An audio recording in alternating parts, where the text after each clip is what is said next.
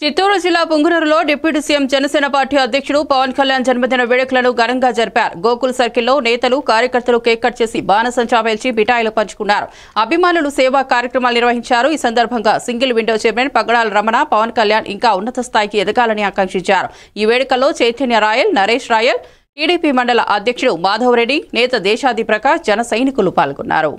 పవన్ కళ్యాణ్ గారి జన్మదినం సందర్భంగా మా పుంగనూరు నియోజకంలో జనసేన పార్టీ కార్యకర్తలు అంగరంగ వైభవంగా మా పవన్ కళ్యాణ్ గారి యొక్క బర్త్డే వేడుకలు జరుపుకోవడం జరిగింది.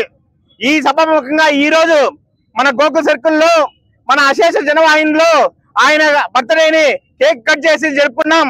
అదే విధంగా పుంగనూరు టౌన్ జన సైనికుల ద్వారా మన గవర్నమెంట్ హాస్పిటల్లో ఉన్నటువంటి దాదాపు 90 మంది పేషెంట్లకు 1 కేజీ దానిమ్మ, 1 కేజీ ద్రాక్ష, 1 కేజీ యాపిల్, అదేవిధంగా ప్రతి ఒక్కరికి 1 బ్రెడ్ చొప్పున ప్రతి ఒక్కరికి ఇప్పుడు పంపిణీ చేయడం జరిగింది.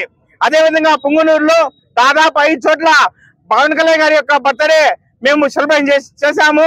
కాబట్టి ఈ సభంగా మరొకసారి మా పవన్ కళ్యాణ్ గారికి మా పుంగనూరు జనసేన పార్టీ జన సైనికుల తరపున హృదయపూర్వక జన్మదిన శుభాకాంక్షలు తెలియజేస్తున్నాము.